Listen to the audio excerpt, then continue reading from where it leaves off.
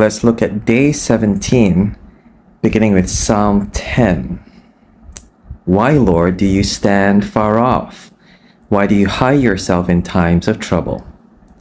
In his arrogance, the wicked man hunts down the weak, who are caught in the schemes he devises. He boasts about the cravings of his heart. He blesses the greedy and reviles the Lord. In his pride, the wicked man does not seek him. In all his thoughts, there is no room for God. His ways are always prosperous. Your laws are rejected by him. He sneers at all his enemies. He says to himself, nothing will ever shake me. He swears, no one will ever do me harm. His mouth is full of lies and threats. Trouble and evil are under his tongue. He lies in wait near the villages. From ambush, he murders the innocent. His eyes watch in secret for his victims. Like a lion in cover, he lies in wait. He lies in wait to catch the helpless. He catches the helpless and drags them off in his net. His victims are crushed. They collapse. They fall under his strength. He says to himself, God will never notice. He covers his face and never sees. Next passage is Matthew chapter 12, reading from verse 46. While Jesus was still talking to the crowd, his mother and brothers stood outside, wanting to speak to him. Someone told him, your mother and brothers are standing outside wanting to speak to you. He replied to him, who is my mother and who are my brothers? Pointing to his disciples, he said, here are my mother and my brothers. For whoever does the will of my Father in heaven is my brother and sister and mother. Chapter 13. That same day, Jesus went out of the house and sat by the lake. Such large crowds gathered around him that he got into a boat and sat in it, while all the people stood on the shore. Then he told them many things in parables, saying, a farmer went out to sow his seed. As he was scattering the seed, some fell along the path, and the birds came and ate it up. Some fell on rocky places where it did not have much soil. It sprang up quickly because the soil was shallow. But when the sun came up, the plants were scorched, and they withered because they had no root. Other seed fell among thorns, which grew up and choked the plants. Still other seed fell on good soil, where it produced a crop, 100, 60, or 30 times what was sown. Whoever has ears, let them hear. The disciples came to him and asked, why do you speak to the people in parables? He replied, because the knowledge of the secrets of the kingdom of heaven has been given to you, but not to them. Whoever has will be given more, and they will have an abundance. Whoever does not have, even what they have will be taken from them. This is why I speak to them in parables. Though seeing, they do not see. Though hearing, they do not hear or understand. In them is fulfilled the prophecy of Isaiah. You will be ever hearing, but never understanding. You will be ever seeing, but never perceiving. For this people's heart has become calloused. They hardly hear with their ears, and they've closed their eyes. Otherwise, they might see with their eyes, hear with their ears, and understand with their hearts, and turn, and I would heal them.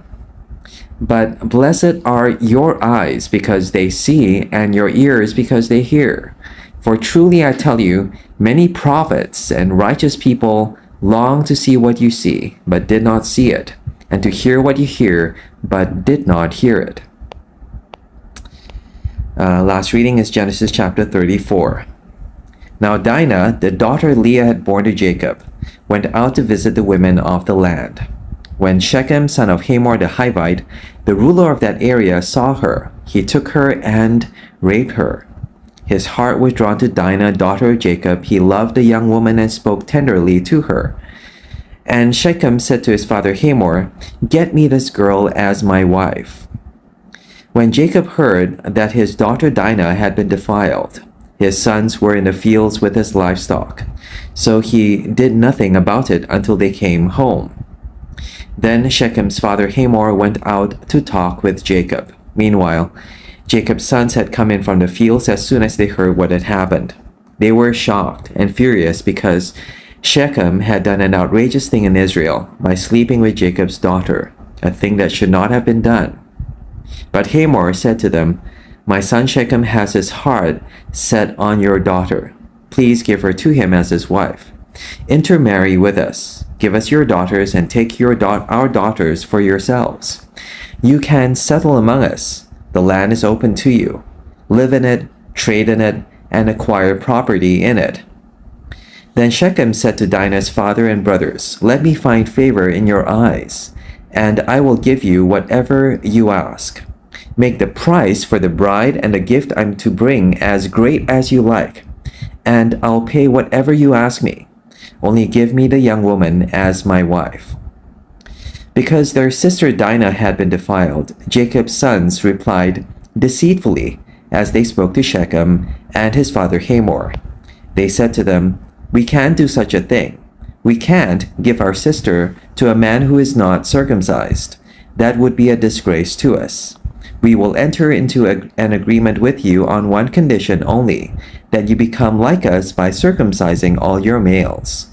Then we will give you our daughters and take your daughters for ourselves. We'll settle among you and become one people with you. But if you will not agree to be circumcised, we'll take our sister and go." Their proposal seemed good to Hamor and his son Shechem. The young man, who was the most honored of all his father's family, lost no time in doing what they said, because he was delighted with Jacob's daughter. So Hamor and his son Shechem went to the gate of their city to speak to the men of their city. "These men are friendly towards us," they said. "Let them live in our land and trade in it. The land has plenty of room for them. We can marry their daughters, and they can marry ours.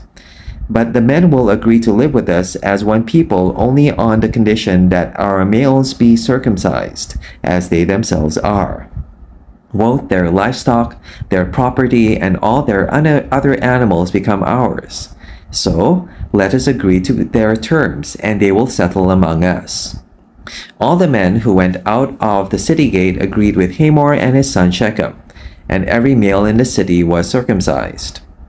3 days later, while all of them were still in pain, two of Jacob's sons, Simeon and Levi, Dinah's brothers, took their swords and attacked the unsuspecting city, killing every male. They put Hamor and his son Shechem to the sword and took Dinah from Shechem's house and left. The sons of Jacob came upon the dead bodies and looted the city where their sister had been defiled. They seized their flocks and herds and donkeys and everything else of theirs in the city and out in the fields.